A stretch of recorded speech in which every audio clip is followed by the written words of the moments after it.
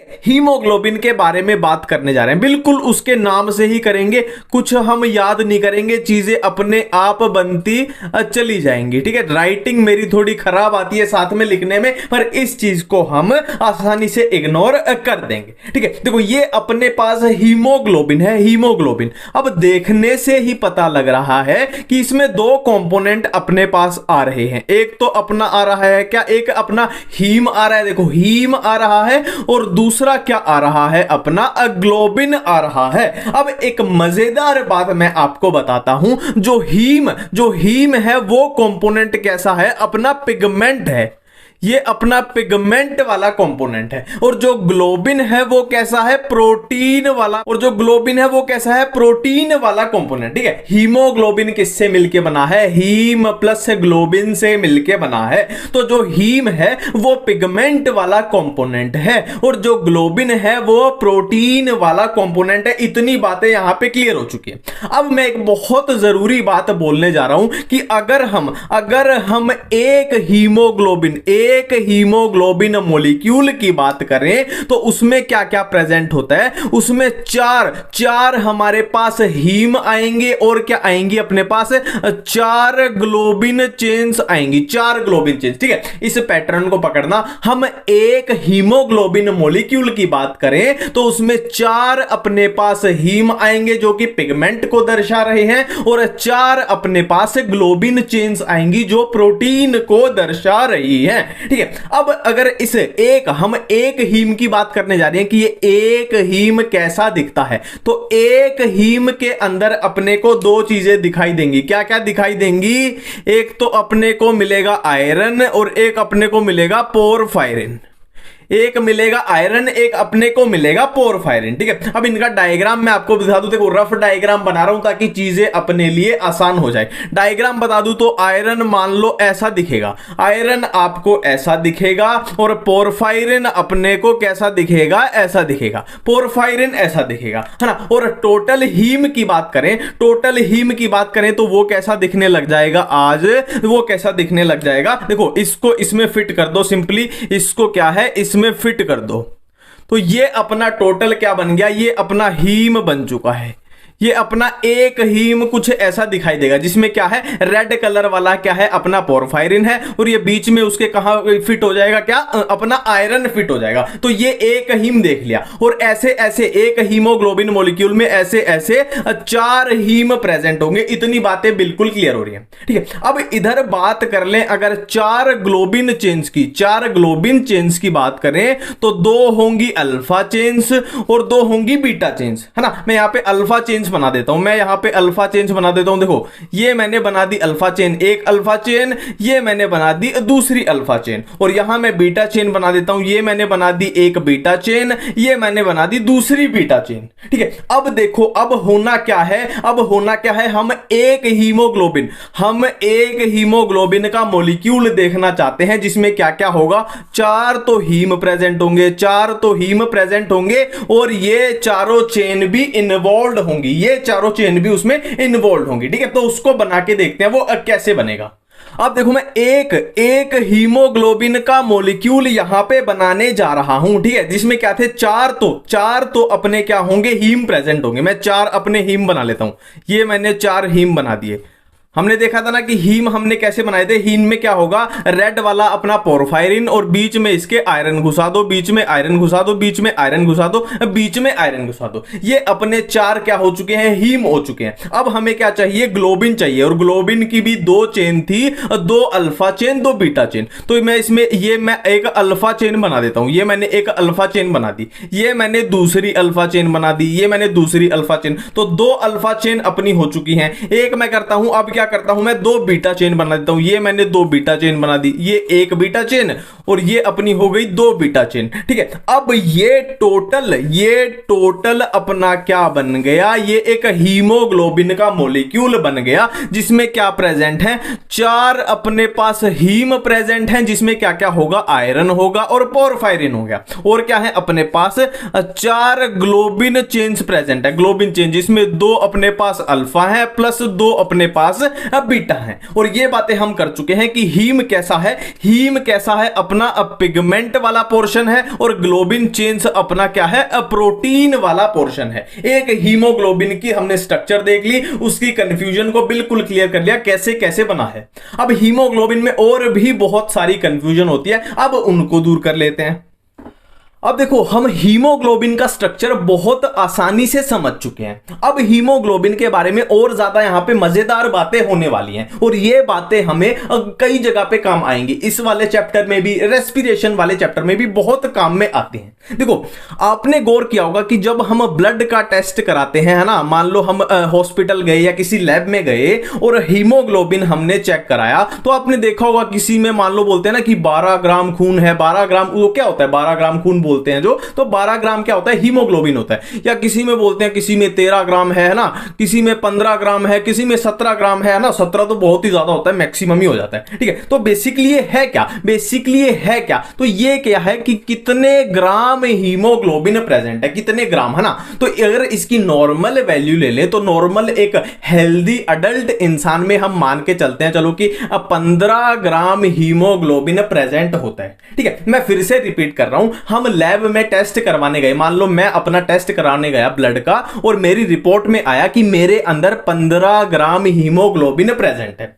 अब ये 15 ग्राम कहां पे प्रेजेंट है, मेरी पूरी बॉडी के अंदर प्रेजेंट है, या मेरे 5 लीटर ब्लड में है, या मेरे 1 लीटर ब्लड में है, या कितने में प्रेजेंट है। तो इसका सिंपल सा आंसर है कि 15, देखो क्या है, मेरे अंदर मान लो 15 ग्राम क्या प्रेजेंट है, हीमोग्लोबिन प्रेजेंट है। तो इसका मतलब क्या है, इसका मतलब है कि इतने ग्राम हीमोग्लोबिन कहां प्रेजेंट है, मेरे 100 ml ऑफ ब्लड में, कि मेरे 100 ml ऑफ ब्लड में इतने ग्राम हीमोग्लोबिन प्रेजेंट है। इसको यहां पे मार्क कर लेते हैं कि मेरे 100 ml ऑफ ब्लड में 15 ग्राम हीमोग्लोबिन प्रेजेंट है। इस रिपोर्ट का मतलब ये होता है, किसी में 12 है तो उसके 100 ml ऑफ ब्लड में 12 ग्राम हीमोग्लोबिन प्रेजेंट है। तो पहली बात यहां पे क्लियर हो चुकी है। अब हम आगे बात करने जा रहे हैं कि देखो हीमोग्लोबिन का फंक्शन क्या होता है, ऑक्सीजन कैरी करना, ऑक्सीजन कैरी करना। अब ये ऑक्सीजन कितनी कैरी करता है, कैसे करता है, वो देखते हैं, ठीक है। देखो,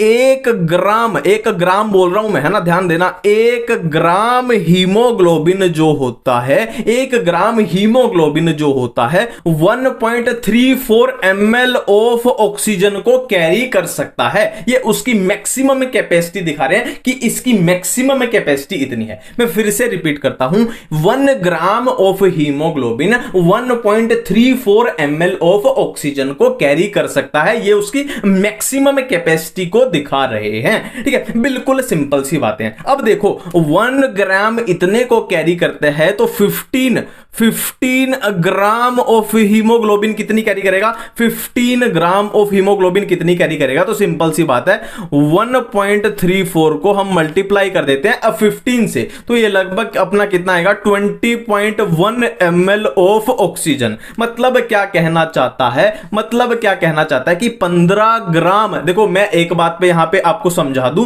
कि हम हीमोग्लोबिन के मॉलिक्यूल की बात यहां नहीं कर रहे, हम ग्राम की बात कर रहे हैं, ग्राम की। तो 15 ग्राम हीमोग्लोबिन कितनी, 20.1 ml ऑफ ऑक्सीजन क्या है, कैरी कर सकता है। यहां एक बात अपनी पैक हो गई, ठीक है। अब एक मजेदार बात यहां पे देखो, मजेदार बात यहां पे देखो कि 15 ग्राम हीमोग्लोबिन किसमें प्रेजेंट था, 100 ml ऑफ ब्लड में प्रेजेंट था। तो क्या मैं बोल सकता हूं कि 100 ml ऑफ ब्लड कितनी ऑक्सीजन कैरी कर सकता है, 20.1 ml ऑफ ऑक्सीजन कैरी कर सकता है। बिल्कुल ठीक है, बिल्कुल सारी बातें क्लियर हो रही है। 100 ml ऑफ ब्लड के अंदर क्या है, 15 ग्राम हीमोग्लोबिन है, और 15 ग्राम ऑफ हीमोग्लोबिन कितनी ऑक्सीजन कैरी कर सकता है, 20.1 ml ऑफ ऑक्सीजन कैरी कर सकता है। ये पहली बात अपनी क्लियर हो रही है, ठीक है। अब एक बात ध्यान दो, अभी तक हम सारी बातें किस में कर रहे हैं, ग्राम में कर रहे हैं, ग्राम में कर रहे हैं, ग्राम में कर रहे हैं। हमने मॉलिक्यूल की बात नहीं की, मॉलिक्यूल की बात है, ठीक है।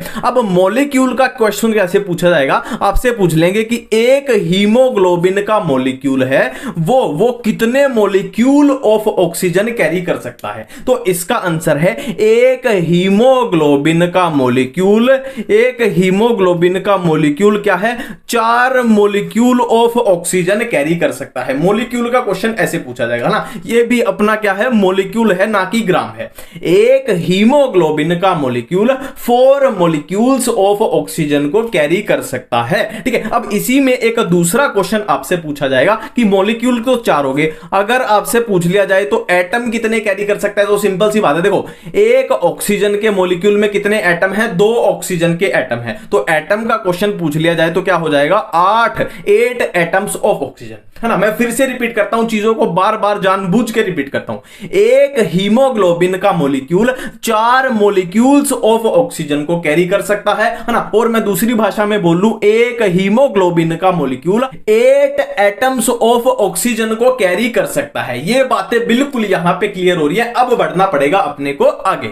अब देखो हम हीमोग्लोबिन के बारे में अच्छी खासी जानकारी ले चुके हैं, ठीक है। अब ये एक छोटी सी कंफ्यूजन बचती है जो आगे हमें तंग कर सकती है। देखो एक आपको मिलेगा ऑक्सी हीमोग्लोबिन, एक आपको मिलेगा कार्बोक्सी हीमोग्लोबिन, एक आपको मिलेगा कार्ब अमीनो हीमोग्लोबिन, एक आपको मिलेगा क्या, methaemoglobin. Oxyhaemoglobin, carboxy haemoglobin, carb amino haemoglobin and methaemoglobin. अब ये क्या होते हैं, ये क्या होते हैं, कैसे बने हैं, इसको देखते हैं। देखो एक बात तो बिल्कुल क्लियर है कि हीमोग्लोबिन हीमोग्लोबिन हीमोग्लोबिन हीमोग्लोबिन तो सब में है, ठीक है। तो हीमोग्लोबिन तो क्या है, सबके अंदर प्रेजेंट होगा। हीमोग्लोबिन क्या है, सबके अंदर प्रेजेंट होगा, ये कॉमन बात है। प्लस, अब प्लस अपने को देखना है क्या क्या प्रेजेंट होगा, बिल्कुल नाम से करेंगे, कोई भी दिक्कत आएगी नहीं। देखो ऑक्सी का मतलब क्या होता है, ऑक्सीजन। तो हीमोग्लोबिन जब ऑक्सीजन के साथ बाइंड करे तो क्या बनेगा, ऑक्सी हीमोग्लोबिन बन जाएगा, बात खत्म है। कार्बोक्सी की बात करें तो देखो कार्बन और ऑक्सीजन, ये क्या है अपना कार्बोक्सी, कार्बन और ऑक्सीजन अपना क्या है, कार्बोक्सी, ये अपना हीमोग्लोबिन है, तो बन गया कार्बोक्सी हीमोग्लोबिन। मतलब क्या कहना चाहता है कि जब हीमोग्लोबिन कार्बन मोनोऑक्साइड के साथ बाइंड करेगा तो बनेगा कार्बोक्सी हीमोग्लोबिन। अब इसकी बात कर लें तो ये बनता है CO2 के साथ, मतलब हीमोग्लोबिन जब कार्बन डाइऑक्साइड CO2 के साथ बाइंड करेगा तो कार्ब अमीनो हीमोग्लोबिन बनता है, ठीक है। अब आपका क्वेश्चन बनना चाहिए, आपका क्वेश्चन पूछना चाहिए कि इसमें ये अमीनो कहां से आया। अमीनो देखो सिंपल सी बात है, हमने हीमोग्लोबिन के अंदर बात की थी कि एक पिगमेंट वाला पार्ट होता है जो हमने क्या बोला था, हीम, और एक प्रोटीन वाला पार्ट होता है ना, याद करो प्रोटीन वाला पार्ट किया था हमने जिसमें अपने पास 2 चेन थी अल्फा और 2 चेन थी बीटा। तो जाहिर सी बात है हीमोग्लोबिन के अंदर क्या है, प्रोटीन प्रेजेंट है। अब प्रोटीन किससे मिलके बनता है, अमीनो एसिड से। तो अमीनो एसिड में अमीनो ग्रुप होगा, तो उस अमीनो ग्रुप के साथ क्या है, कार्बन डाइऑक्साइड ने बाइंड किया है, इसीलिए इसके नाम में आया है अमीनो, ठीक है। बिल्कुल इतनी बात क्लियर है। अब मेट हीमोग्लोबिन क्या होता है, देखो मेट हीमोग्लोबिन की कंफ्यूजन को समझो। देखो जब नॉर्मल हीमोग्लोबिन की बात करते हैं, देखो हीमोग्लोबिन के अंदर आयरन होता है, इतनी बात क्लियर है। तो नॉर्मल हीमोग्लोबिन की बात करें तो आयरन +2 फॉर्म में प्रेजेंट होता है, ये नॉर्मल हीमोग्लोबिन की बात करें। बट अगर हीमोग्लोबिन के अंदर आयरन +3 फॉर्म में प्रेजेंट हो तो उसको हम बोल देंगे मेट हीमोग्लोबिन। एक बार फिर से रिपीट करते हैं, oxy haemoglobin oxygen plus haemoglobin, carboxy haemoglobin carbon oxygen haemoglobin मतलब carbon monoxide plus haemoglobin, carb amino haemoglobin मतलब हीमोग्लोबिन के अमीनो ग्रुप के साथ कार्बन डाइऑक्साइड ने बाइंड कर दिया। मतलब सीधे सीधे शब्दों में बोले तो haemoglobin plus carbon dioxide carb amino haemoglobin. Methaemoglobin का मतलब कि मैंने क्या बताया कि नॉर्मल कंडीशन क्या है, ये अपनी नॉर्मल कंडीशन है कि आयरन +2 फॉर्म में प्रेजेंट है हीमोग्लोबिन के अंदर। बट अगर हीमोग्लोबिन के अंदर आयरन +3 फॉर्म में प्रेजेंट हो तो उसको हम बोल देंगे मेट हीमोग्लोबिन। इतनी बातें बिल्कुल क्लियर है। हीमोग्लोबिन में इससे ज्यादा कुछ भी नहीं है, मैक्सिमम हम चीजें अपनी कंप्लीट कर चुके हैं, सारी कंफ्यूजन अपनी क्लियर है यहीं पे।